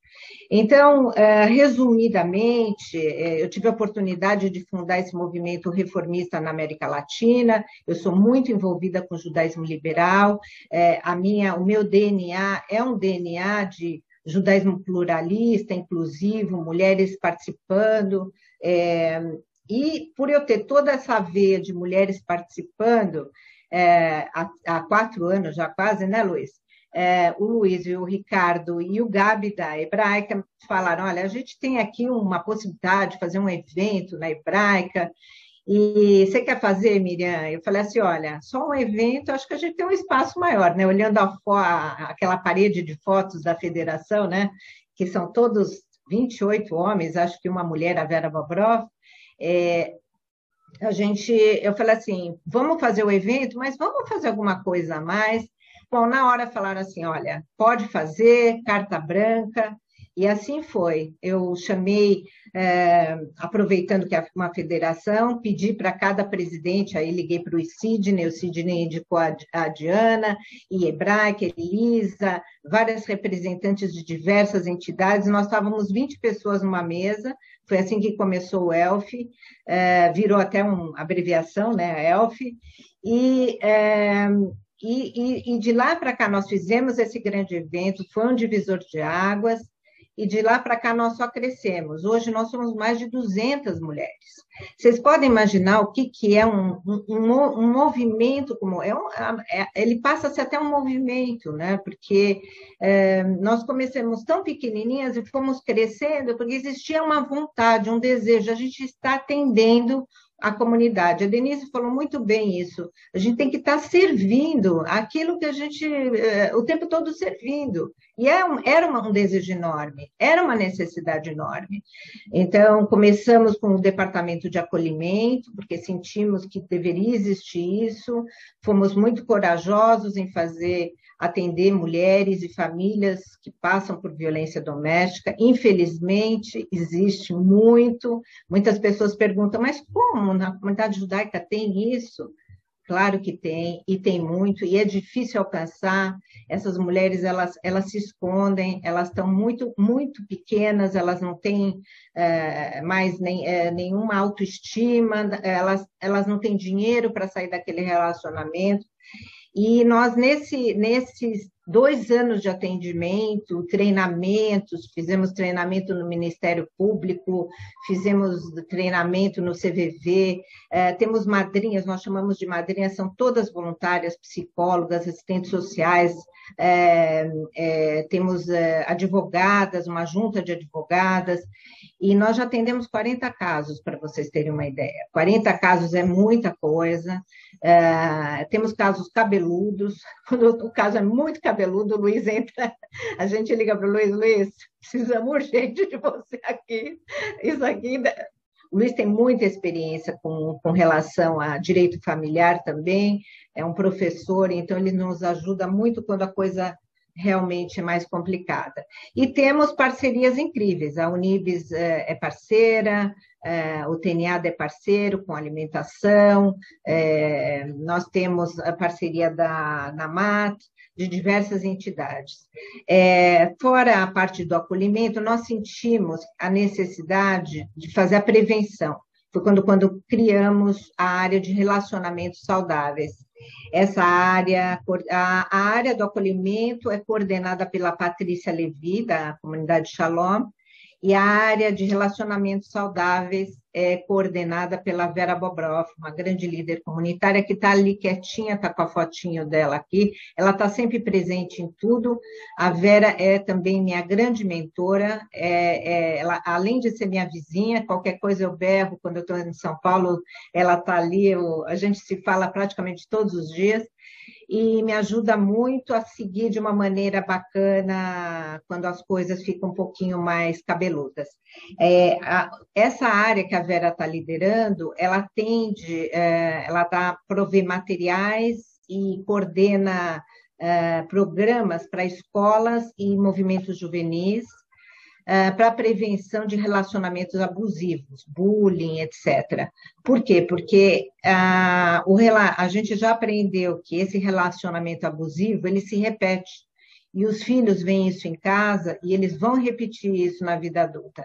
Então, trabalhamos isso com antecedência, o departamento da Vera cresceu muitíssimo, nós fizemos agora uma parceria com o Instituto Maurício de Souza, já vocês vão ver todos os posts, em agosto vamos estar lançando todos os posts, isso vai além da comunidade judaica, isso vai para o Brasil, a partir de uma cartilha que foi feita pela área da Vera, pelas voluntárias da área da Vera, algumas delas estão aqui, que se empenharam muito em criar, e estudaram e criaram uma biblioteca toda a respeito do assunto. Depois dessa área, a relacionamentos saudáveis também trabalha com a bolsa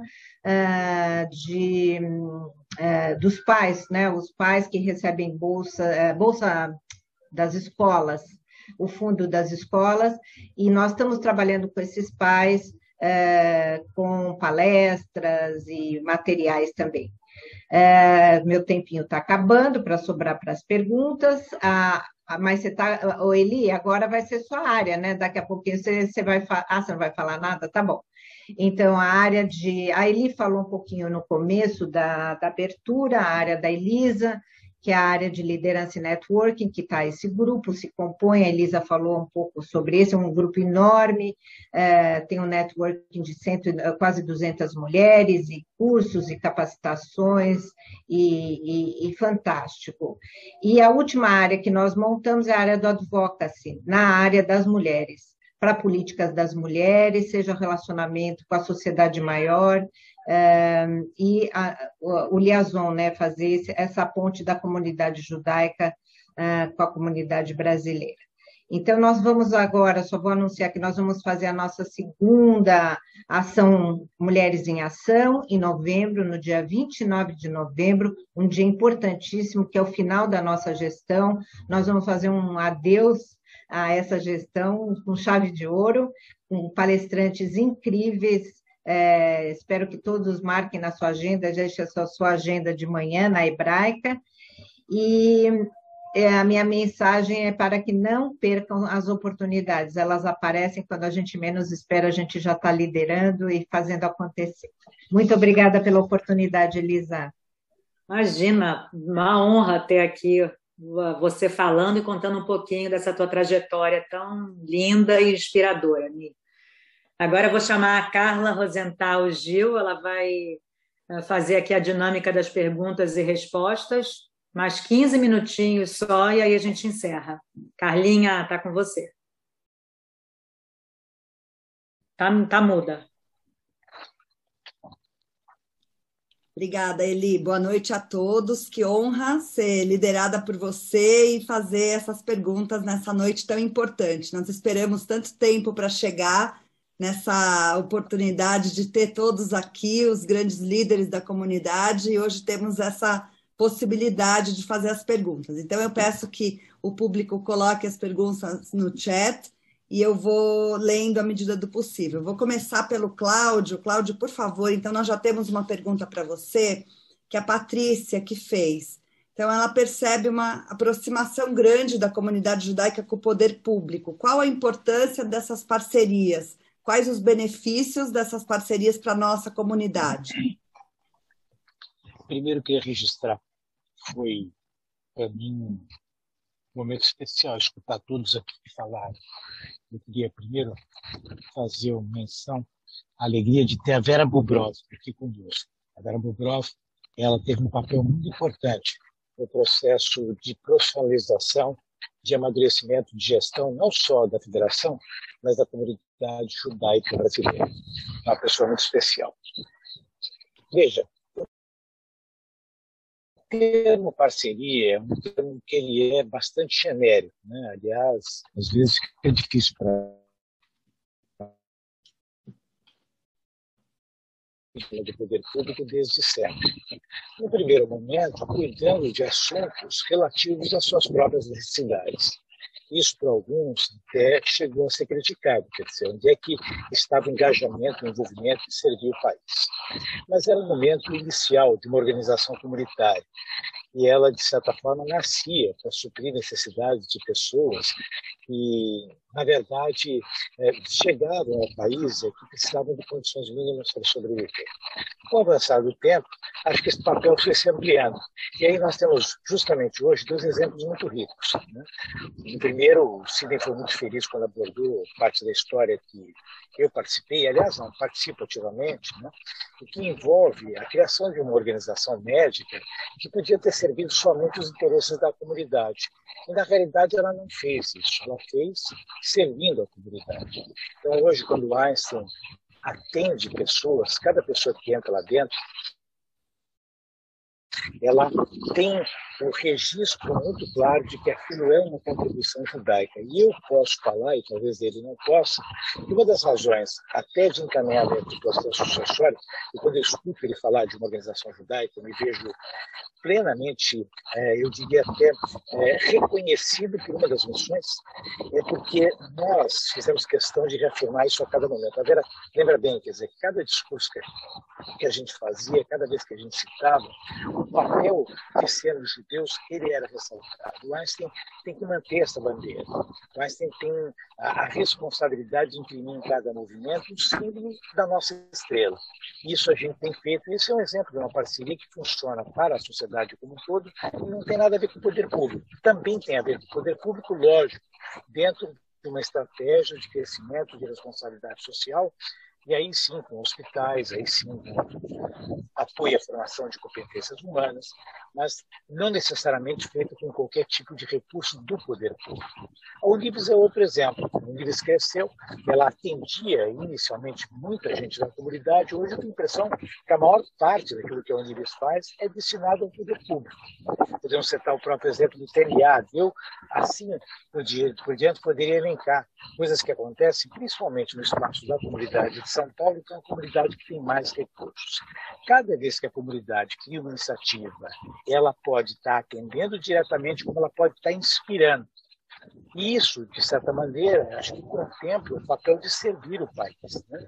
Então, o que eu posso dizer é que nós já viemos realizando isso de uma forma, vamos dizer, nata, como o DNA, como o Sidney bem apontou. Quer dizer, é uma visão nossa de apoio dentro daquilo que nós chamamos de tzedakah, que não é caridade, tzedakah é justiça social. Naturalmente, o que a gente observa é que todo esse processo de participação daquilo que acontece na esfera pública, isso no mundo como um todo, não é só no Brasil, ele vem sendo assumido e cada vez mais pelos entes privados. Ou seja, quando você vê iniciativas de educação, quando você vê iniciativas de assistência social, o papel das organizações governamentais ele é crescente no mundo. Poucos estados continuam assumindo isso paternalisticamente. Por quê? Porque eles perceberam que a estrutura de Estado é extremamente pesada. Então, isso está fazendo com que surjam oportunidades para que a gente possa desenvolver. E a comunidade judaica tem um papel, tem uma condição, uma infraestrutura de conhecimento, uma capacidade humana, uma capacidade intelectual que poucas comunidades têm. Então, eu vejo isso como um papel crescente, cada vez mais presente, que só vai proliferar e só vai se expandir. Nós temos talentos. A iniciativa de ver vocês aqui, de gente muito especial, se lembrou, eu não tinha visto, a família Adler, a Vivian, a Adriana, que são pessoas muito preparadas. Enfim, quer dizer, eu acho que a gente tem aqui uma oportunidade de continuar expandindo. O que a gente precisa? Precisa de liderança, ou seja, gente preparada, com capacidade de enxergar dentro de um plano mais universal e não só dentro de um aspecto pontual. E precisa de audácia, coragem, porque quando a gente quis crescer, por exemplo, o hospital para assumir um hospital público, que foi o Hospital do Ivor-Mirim, o Sidney sabe bem disso, nós tivemos pessoas até bastante respeitadas da comunidade que viram isso com certa resistência. Quando nós assumimos algum protagonismo, aliás, político também, tá? E não porque ter medo. Quer dizer, eu mesmo, há cerca de 3 meses atrás, fui me encontrar com o presidente da República. Esse é o papel do presidente da comunidade judaica. Eu critiquei o presidente uma série de movimentos dele dentro do espectro da saúde, mas não podia deixar de estar presente. Então, o que eu quero passar é um grupo de liderança, não tenham medo, sejam audaciosos, não tenham receio de enfrentar e quebrar determinados paradigmas, mesmo porque a liderança ela vem casada com o sentido da quebra de paradigmas. Não existe a liderança que seja exercida simplesmente dentro de um exercício de continuidade. É importante a gente inovar e eu acho que o mundo está patrocinando esse tipo de espaço e o Brasil em particular. E nós vamos ter muita coisa para fazer em nome da comunidade. Tá ótimo, muito obrigada. Bom, agora a nossa próxima pergunta, ela vai para cada um de vocês. Os que ainda não responderam isso, então eu vou chamando um a um também. Como cada líder chegou ao posto que ocupa agora? Que caminho que vocês fizeram e quais os obstáculos que vocês enfrentaram? E se puder tocar também no tema de como se prepararam, que isso tem muito a ver com tudo que nós tratamos aqui nesse curso. Você pode começar, Denise, por favor? Obrigada, Carla, com o maior prazer. Eu preciso confessar que a maneira que eu cheguei foi não esperando chegar, foi fazendo.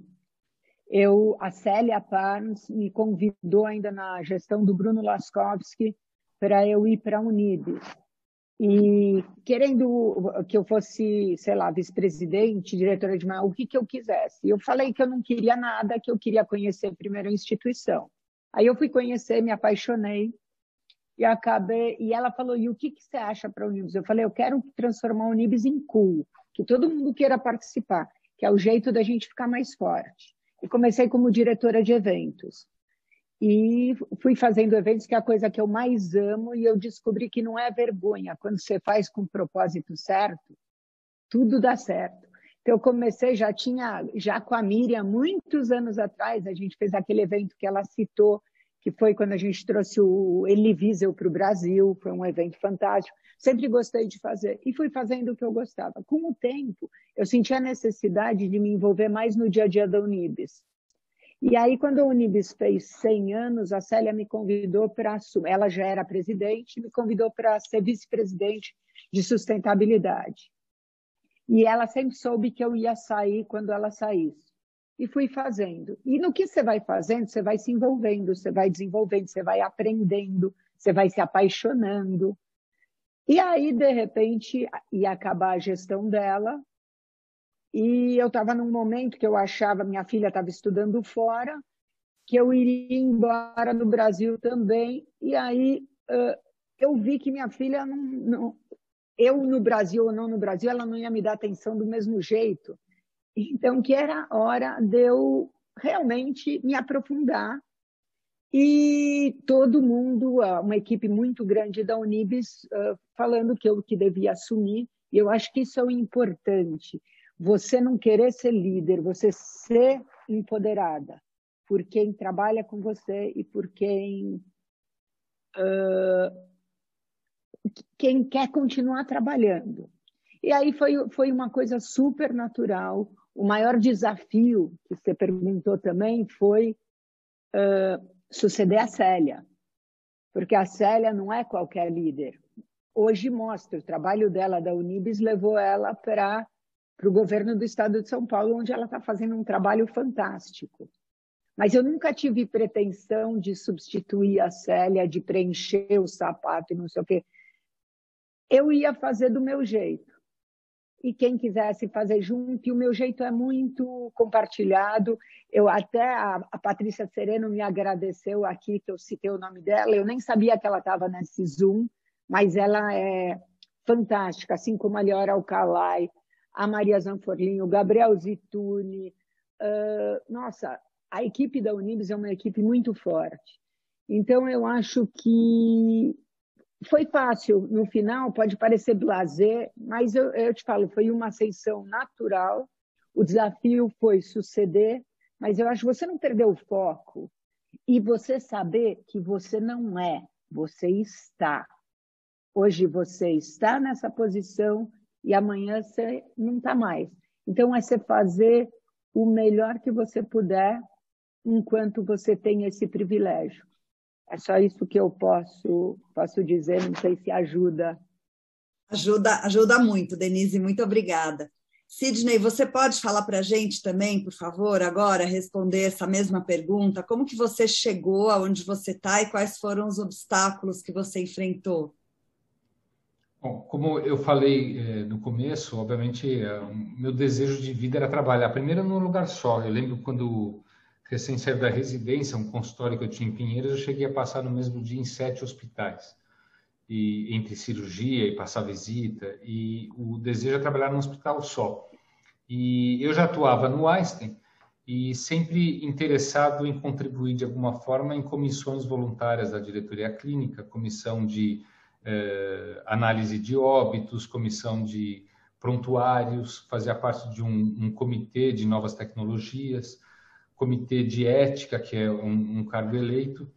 Teve um momento que eu fazia parte de 7 comissões voluntárias, inclusive do Centro Histórico, que aí eu já fazendo parte como diretor vogal, e conhecendo o Cláudio desde a época da adolescência, por causa da Hebraica, quando eu comecei a fazer dança folclórica, que a Elisa citou aqui, eu frequentei a Razita, eu vi a Sandra está aí, é uma contemporânea minha da época da Razita ainda, da CIP, e quando eu comecei a fazer dança folclórica, o Cláudio era o diretor de juventude da Hebraica naquele momento. E um dia, encontrando com ele, isso foi em 2006, mais ou menos, eu já tinha o hábito de chegar muito cedo no hospital, e ele também, e ele naquela época, só que ele chegava para fazer ginástica. E a gente se encontrou, ele indo para a academia que era dentro do Einstein, ele falou assim: puxa, que bacana te ver aqui, você não queria participar mais um pouquinho das coisas da diretoria? Eu falei: adoraria. E ele falou assim: então você fala com a minha assistente e marca um dia de vir tomar um café comigo. Isso foi em 2006, naquela época ele tinha acabado de assumir a Secretaria da Saúde da Prefeitura de São Paulo, e eu fui lá pelo menos uma meia dúzia de vezes, marcava a conversa com ele. A Cristina, que é a nossa assessora hoje de nós dois, falava, olha, infelizmente apareceu um compromisso urgente, e depois eu senti, hoje trabalhando com a Cristina, que é o efeito quando você pede para dar uma enroladinha em alguém. E no fim daquele ano, veio o convite por parte do Cláudio, depois de tentar falar com ele algumas vezes. O Cláudio é uma pessoa que tem todo o tempo do mundo, ele é um cara que conversa, né? Obviamente, é uma pessoa que não tem nada para fazer. Ele, no fim do ano, veio o convite a fazer parte de uma ressuscitada diretoria Vogal, onde o Cláudio convidou 12 pessoas a fazerem parte da diretoria, que não tem direito a voto, mas daria um suporte para a diretoria dentro dos comitês. Eu fiquei extremamente honrado, e a partir daí eu comecei a me preparar do ponto de vista de entender de qualidade, que era uma das minhas paixões. Eu já era contratado do Einstein na unidade Alphaville e no PA do Morumbi, e comecei como autodidata e frequentando os comitês. E aí, em 2010, 3 anos depois, o Cláudio me convida para fazer parte como vice-presidente do último mandato dele. Naquele dia, eu, tendo interesse de participar mais e mais, eu cheguei para a Cristina, que era assessora do Cláudio, e falei, você me deixa ver a agenda do Cláudio? E eu vi que o Cláudio chegava para a presidência umas 7h30 da manhã. Então eu falei assim, se eu começar a operar antes das 6, às 7h30 eu estou livre, eu posso ir lá e realmente começar o dia. E foi aí que começaram nossos cafés, né, Cláudio? Às 7h30 da manhã, e a gente ia caminhando umas 8h30 para o consultório, ele para o consultório dele e eu passar a visita. E nessas caminhadas surgiu cada vez mais o meu MBA, o meu coaching em gestão, caminhando pelo hospital, e o meu interesse em assumir responsabilidade maior. Faltando uns 3, 4 anos para o fim do mandato dele, eu comecei a fazer cursos fora, cursos de liderança, cheguei a fazer até curso jurídico, para entender um pouquinho o sistema jurídico das empresas. Alguns desses cursos de liderança, o Cláudio foi comigo. Então, foi praticamente uma formação que não incluiu MBA, mas que teve muito de estudo, de preparação. Fui 2 vezes para Harvard. Esse curso de governança eu cheguei a fazer também como vice-presidente. E assim foi sendo até algo que meio aparente para aquela gestão, a capacidade de a gente assumir esse papel, confessando aqui o receio que eu tinha. Vocês imaginem que não é tão simples suceder Cláudio Lotenberg na presidência do hospital depois que ele atuava como 15 anos como presidente. Mas eu tinha a convicção de que daria certo, porque ele estaria também à frente do conselho do hospital e cercado de boas pessoas, com a missão de renovar a diretoria com uma nova geração.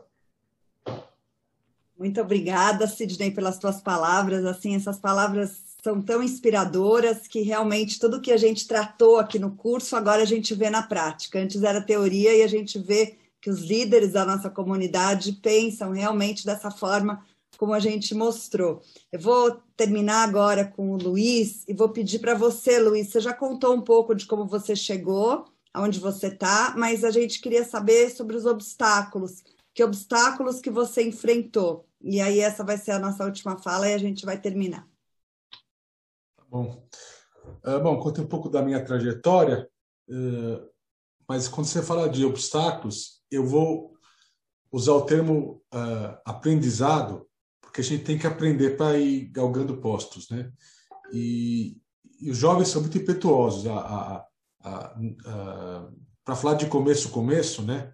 Lá de trás, teve uma eleição na comunidade, a eleição era por chapa, né? E tinha a chapa da situação na federação, a chapa da oposição e a chapa jovem, né? E a gente montou uma chapa jovem para concorrer às eleições ao Conselho da Federação Israelita e nós ficamos em segundo lugar, que a gente jamais esperava, né? E quem assumiu a presidência foi o Jaime Bobroff, né? Com quem eu sempre digo que foi o maior líder comunitário da coletividade, sem nenhum demérito aos demais, foi o Jaime Bobroff, né? Eu não tenho dúvida. Os outros todos foram muito bons, mas o Jaime Bobroff foi o líder comunitário. Eu espero que a Vera não esteja ouvindo isso, mas a verdade é essa. E como a gente entrou em segundo lugar, a gente precisava ir para a diretoria. Porque o dia que ele foi ganhar líder comunitário, foi disso na década de 80. Né?